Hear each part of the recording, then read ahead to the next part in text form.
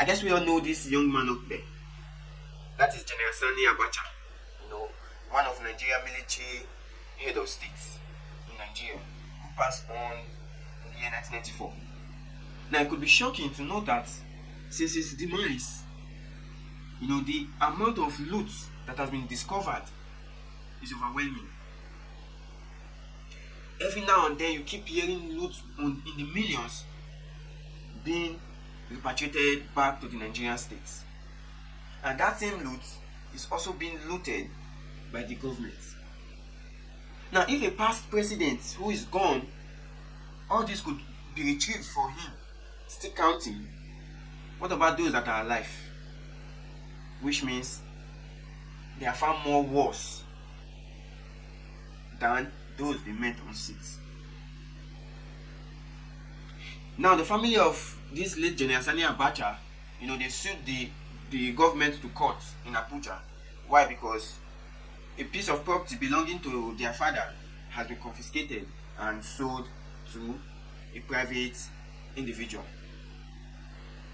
Now they are going to court to challenge this process. Why should it be so? Is the property belonging to them? Why should the government decide to sell it? So the matter is still in the court. Nigeria's former First Lady, Mariam Sani Abacha, and her son Mohammed have filed a lawsuit against President Tinubu, the Minister of the Federal Capital Territory, Nyesom Wike, and 3 other government agencies before the Court of Appeal in Abuja, seeking recovery of an alleged unlawfully revoked property belonging to the former head of state, the late General Sani Abacha.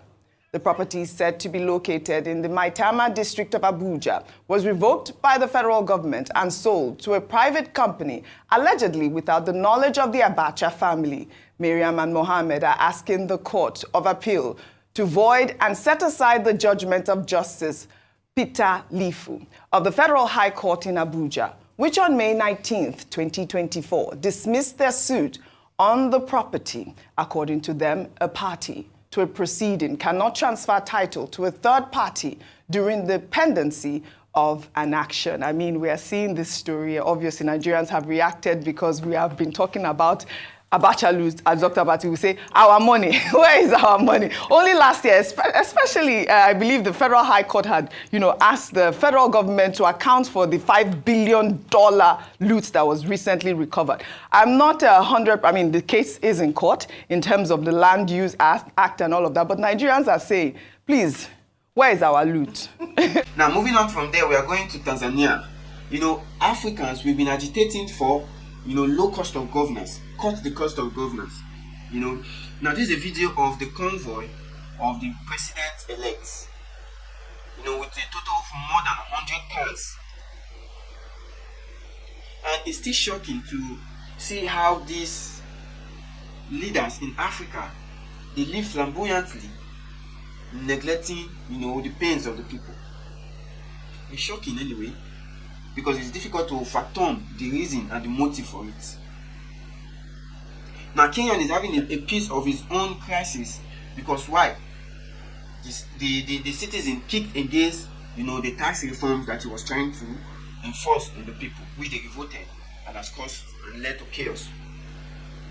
Now, the same Kenya and other parts of Africa. Now, there's this popular YouTuber, Mr. Beast. He went to Africa to dig boreholes for some certain communities where they had no water supply. Because it will be shocking up until now that the government is not being able to supply good water to the citizen, even in the remote areas.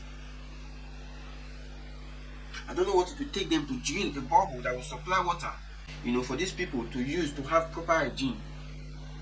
But the typical African leader is not concerned about the people in the remote areas. Who are we to blame them? Because democracy has never been for Africa and has never worked for Africa. Democracy is just only for the center. It doesn't go beyond the center. So, but thank God for the Nigeria current reform by the Supreme Court, who gave the local government autonomy.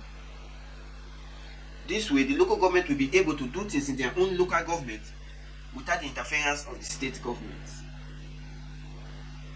Because why? The grassroots is far much more important when the local government is involved.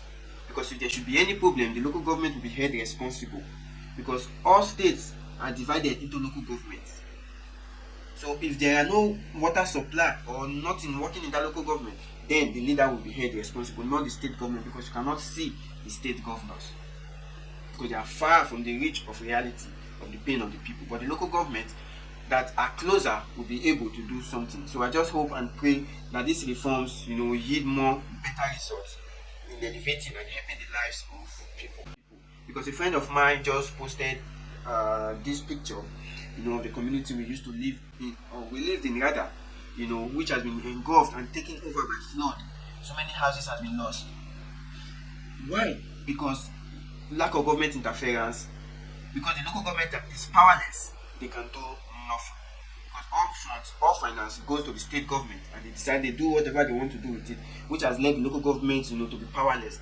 So I just hope with this reform, the local government will be able to go deep down into all the communities to put things right and make everything okay. Putting on street lights is for the local government to do in its own local government.